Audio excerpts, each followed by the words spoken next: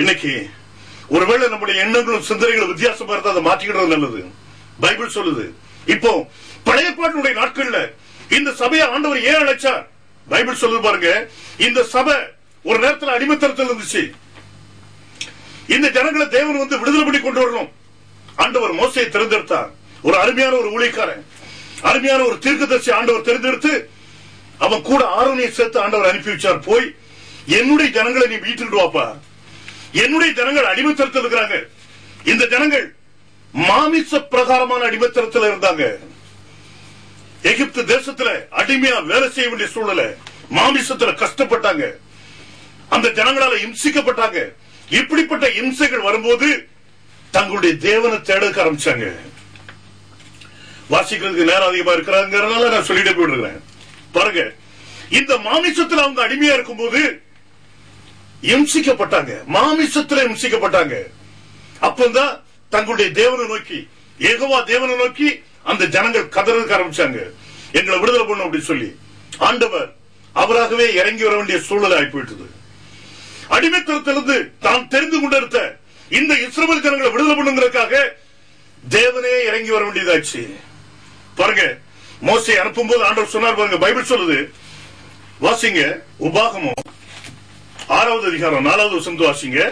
இஸ்ரவேலே கேள், நம்முடைய தேவனாகிய கர்த்தர் ஒருவரே கர்த்தர். பாருங்க, இஸ்ரவேலே கேள், நம்முடைய தேவனாகிய கர்த்தர் ஒருவரே கர்த்தர்.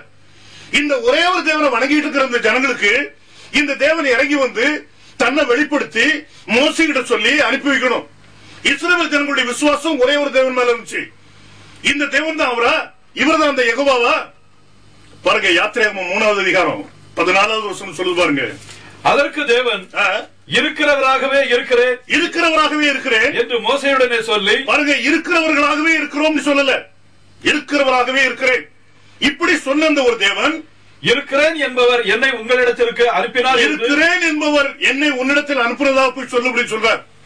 வேற எந்த காரியத்தை பற்றி ஆண்டவர் பேசல. பாருங்க, இஸ்ரவேல் ஜனங்கள் தங்களுடைய தேவனை அறிஞ்சிருந்தாங்க. இவங்க அநேக கடவுள்களை வணங்கக்கூடிய ஜனங்கள் இல்ல, ஒரே ஒரு தேவனை மட்டும்தான். இன்னைக்கும் நம்மளும் அந்த ஒரே தேவனை தான் வணங்குறோம்.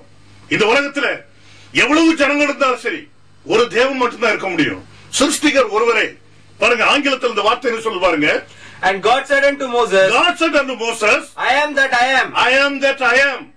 And he said, thus shalt thou say unto the children of Israel, I am hath sent me unto you. பாருங்க, I am, I am இந்த வார்த்தையை 2 தடவை அழுத்தி சொல்றார் பாருங்க. I am that sent you. யாரு இருக்கிறவராகவே இருக்கிறேன்னு சொல்றாரோ அவரு உன்னை அனுப்பி வைக்கிறார்ப்பா. ஏன் இவர் இருக்கிறவராகவே இருக்கிறேன்னு சொல்றாரு? ஏன் I amங்கிற வார்த்தையை யூஸ் பண்றார்?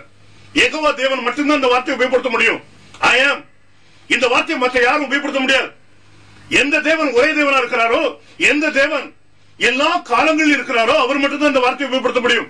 I amங்கிற வார்த்தை வந்து பிரசன்ட் டென்ஸ். இந்த I amங்கிற வார்த்தையை 2000 வருஷம் கழிச்சு நீங்க வாசித்து பாத்தீங்கன்னா அது பிரசன்ட் டென்ஸ். எப்பவுமே அது நிகழ்காலத்தை குறிக்குது. இந்த தேவன் எப்பொழுதும் நிகழ்காலத்தில் இருக்கிறவர். அவர் எப்போதும் ஜீவிக்கிறவரா இருக்கிறதுனால இவருக்கு கடந்த காலத்தை பற்றியும் வருங்காலத்தை பற்றியும் ஒரு கவலை கிடையாது. எப்பவுமே அவர் நிகழ்காலம். இன்னைக்கு நீங்க கட்டிக்கினாலும் யெகோவா தேவன் கட்டிக்கினா I am அப்படிம்பாரு. மோசே கேட்கும் போதும் I am அப்படின்னு சொன்னார். இன்னும் 2000 வருஷம் கழிச்சு ஒரு மனுஷன் போய் கேட்டாலும் I am that I am இருக்கிறவராகவே இருக்கிறோம்ப்பா. இதைத்தான் அவர் சொல்லுவார். இதே காரியத்தை நீங்க கவனிச்சு பாத்தீங்கன்னா யோவான் 8வது அதிகாரத்துல இயேசு கிறிஸ்து இந்த வார்த்தையை கிளைம் பண்றாரு பாருங்க. பைபிள் சொல்லுது 58வது வசனம் சொல்லு பாருங்க. அதற்கு இயேசு ஆபிரகாம் உண்டாகிறதுக்கு முன்னமே நான் இருக்கிறேன் என்று மெய்யாகவே உங்களுக்கு சொல்கிறேன் என்றார். சொல்கிறேன், ஆபிரகாம் உண்டாகிறதுக்கு முன்னமே நான் இருக்கிறேன்ப்பா, இருந்தேன்னு சொல்லல. பாருங்க, இந்த சென்டென்ஸ் நல்லா கவனிச்சு பாருங்க. ஆங்கிலத்தில் வாசிக்க சொல்ல பாருங்க. Jesus said unto them, Verily, verily, I say unto you, before Abraham was, I am. பாத்தீங்களா? ஏன் அவர் இப்படி சொல்லல? பிஃபோர் ஆபிரகாம் ஐ வாஸ் என்று ஏன் சொல்லல? அவர் சொல்றார், before Abraham was I am. I amனா என்ன அர்த்தம்? I am that I am. இருக்கிறவராகவே இருக்கிறேன். இந்த வார்த்தை இயேசு கிறிஸ்து கிளைம் பண்ணதுனால யூத ஜனங்கள் கல்லெடுத்தவர் எரிய போனாங்க. ஆனா ஆண்டவர் அந்த இடத்தை விட்டு டிஸ்டர்ப் ஆகிட்டார். பாருங்க, பைபிள் சொல்லுது, நல்லா படிச்சு பாருங்க.